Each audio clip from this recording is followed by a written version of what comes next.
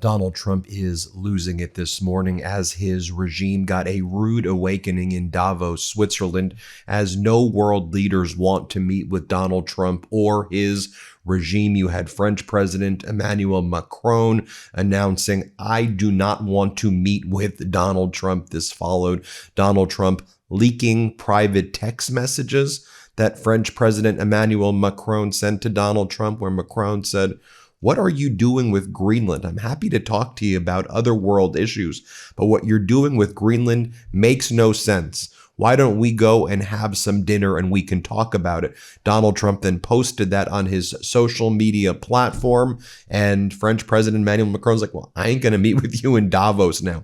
Donald Trump also leaked private text messages between himself and Mark Rutte, the Secretary General of NATO, who was trying to be diplomatic with Trump. Then Trump was just posting last night maps that have the United States controlling Canada and Greenland and Cuba and Venezuela and other areas in the Western Hemisphere. Donald Trump attacked the UK last night, and a deal that Trump previously said that he supported, he now said that he was against. And then Donald Trump posting photos of himself along with J.D. Vance and Marco Rubio putting the American flag in Greenland. I mean, just horrific conduct. Then this morning, Donald Trump says, "So at what point are we going to realize the enemy is within? China and Russia are the boogeymen, when the real threat is the United Nations, NATO, and this, quote, religion." I put religion in quotes because it's not a religion, it's a cult. Yeah, I went there. What the hell is he even talking about? And he's posting these weird QAnon accounts over and over again. Also, the markets right now are doing horrible based on Donald Trump's threats and his attacks. The stock market's down. The 30-year and 10-year yields are rising dramatically. So yeah, this mortgage rates aren't going to be down much longer. And you know, just a complete and utter disaster. Like, let me show you what's going on at this World Economic Forum in Davos right now. You have Prime Minister Carney of Canada saying that Canada stands firmly with Greenland against Donald Trump. Here, play this clip.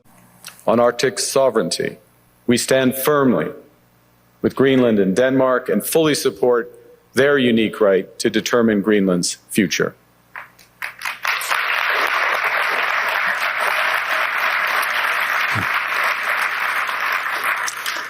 Our commitment to NATO's Article 5 is unwavering.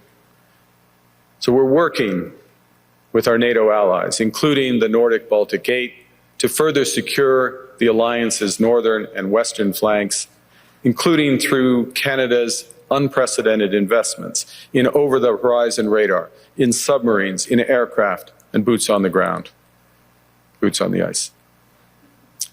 Canada strongly opposes tariffs over Greenland and calls for focused talks to achieve our shared objectives of security and prosperity in the Arctic. On plurilateral trade, we're championing efforts to build a bridge between the Trans-Pacific Partnership and the European Union, which would create a new trading bloc of 1.5 billion people. There's more clips of Prime Minister Carney. I'm going to do a whole other video on that. But next, French President Emmanuel Macron. Here's what he had to say. Play this clip. But we do prefer respect to bullies. We do prefer science to plotism. And we do prefer rule of law to brutality. We have a place where rule of law and predictability is still the rule of the game. And my guess is that it is largely underpriced by the market. Having a place like Europe, which sometimes is too slow, for sure, and needs to be reformed, for sure, but which is predictable, loyal, and where you know that the rule of the game is just the rule of law, it's a good place.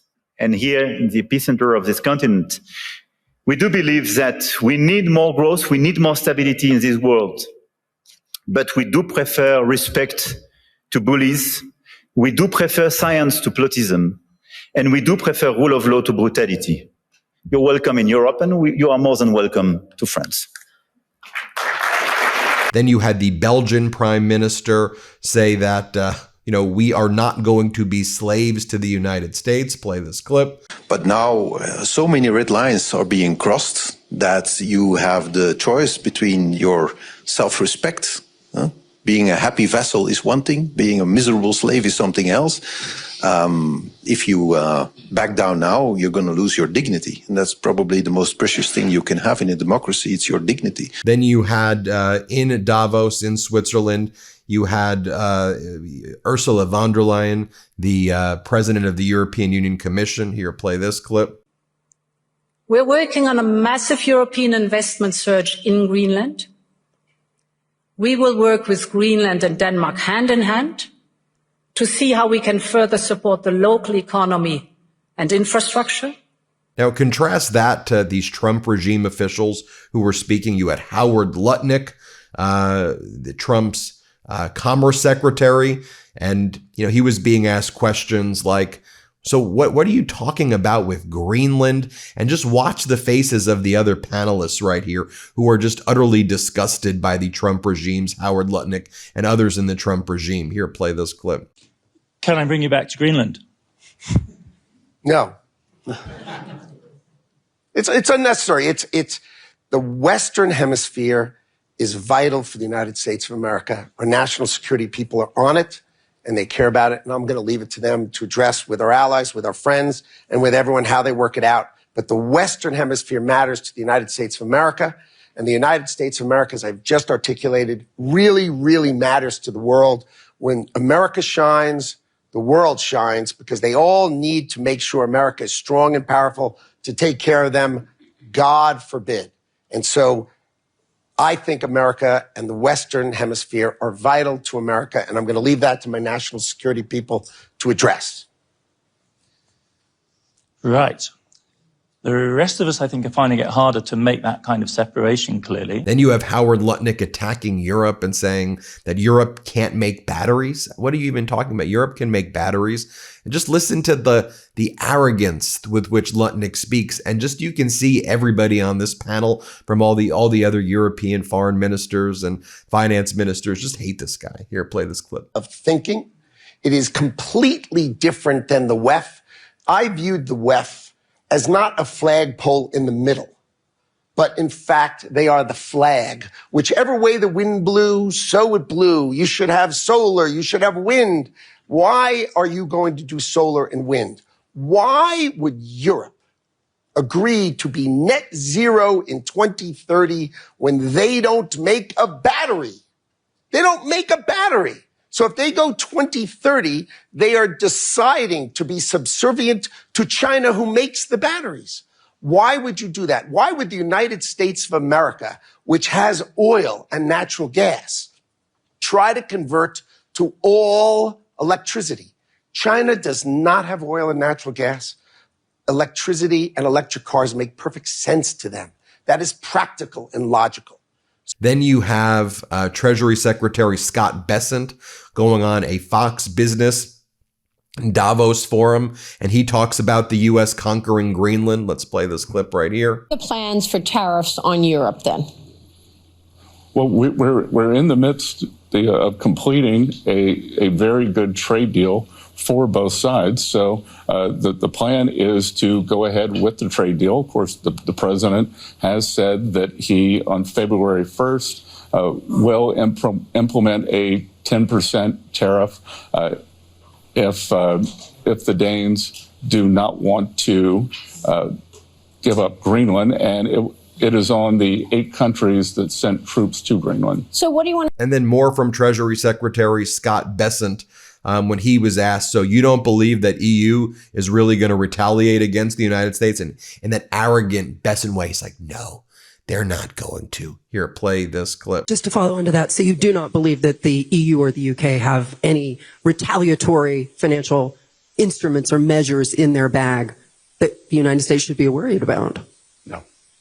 You'll recall that last night when Donald Trump was leaving from Miami, he talked about how he invited Vladimir Putin to his board of peace. Remember, Donald Trump said that the board of peace would have genocidal maniacs on it, apparently. And Putin's going to be on it. Lukashenko is going to be on it, he says. And then, so by the way, Zelensky commented, I'm not going to be on a board of peace with someone who's invading my country. Zelensky, why would I be on the board of peace? Then Donald Trump was told, though, on the tarmac, I did a video on this morning. He was told on the tarmac, can you respond to French President Emmanuel Macron saying that, he doesn't want to be on this board of peace with Putin? Then Donald Trump's like, well, guess what? 200% tariffs on French wine and French champagne. Here, play this clip. Have you invited President Putin to be a member of the Board of Peace? Yeah, he's been invited. Do you have any response to President Macron saying he will not join the Board of Peace? Oh, did he say that? Well, nobody wants him because he's going to be out of office very soon. So, that's all right. What I'll do is if they feel like Costco, I'll put a 200% tariff on his wines and champagnes, and he'll join. But he doesn't have to join. If he said that, you're probably giving it to me a little bit differently. But if he actually did say that, but as you know, he's going to be out of office in a few months. Here was the post that I was talking about where Donald Trump attacked the UK. He goes, shockingly, our brilliant NATO ally, the United Kingdom, is currently planning to give away the island of Diego Garcia, the site of vital U.S. military base, to Mauritius, and to do so for no reason whatsoever. There is no doubt that China and Russia have noticed this act of total weakness. These are international powers who only recognize strength, which is why the United States of America, under my leadership, is now, after only 1 year, respected like never before. The UK giving away extremely important land is an act of great stupidity. Now, it should be noted that Donald Trump and his regime specifically supported this. You had statements from Marco Rubio saying, I absolutely support this. This is something, here's Marco Rubio's statement about it 7 months ago about it, right? Today, the United States welcomed the historic agreement between the United Kingdom and the Republic of Mauritius on the future of the British Indian Ocean Territory, specifically the Chagos Archipelago. Trump expressed his support for this monumental achievement during his meeting with the Prime Minister Starmer at the White House. Following a comprehensive interagency review, the Trump administration determined that this agreement secures the long-term, stable, and effective operation of the joint U.S.-UK military facility at Diego Garcia. We commend the United Kingdom and Mauritius for their leadership, vision, and commitment to ensure that Diego Garcia remains fully operational for the duration of its agreement. That's what Donald Trump said. That's why you can't do business with this guy. I'll do a whole longer video as well on California Governor Gavin Newsom pushing back, but Newsom's in Davos, and here's what he had to say about Donald Trump. Let's play it. Time to buck up. It's time to get serious and stop being complicit. It's time to stand tall and firm, have a backbone. I've seen this in the United States, the supine Congress playing both sides, saying one thing on a text or a tweet, another publicly. Should you respond with principles. tariffs? It's time to stand tall and strong. Does that mean responding with tariffs? It's time to stand united. You make that determination. I don't make that determination. But when you say standing tall, what do you mean? Just, I can't take this complicity. People rolling over. I should have brought a bunch of knee pads for all the world leaders. Handing out crowns and this is pathetic. Nobel Prizes, they are being given away. It's just pathetic. And I hope people understand how pathetic they look on the world stage. At least from an American perspective, it's embarrassing. So what should Europe be doing? You should decide, the Europeans should decide for themselves what to do. But one thing they can't do is what they've been doing. And they've been playing. This guy is playing folks for fools. And it's embarrassing. There you have it, folks. Let me know what you think. Hit subscribe. Let's get to 6 million. Appreciate you. Want to stay plugged in? Become a subscriber to our Substack at MeidasPlus.com.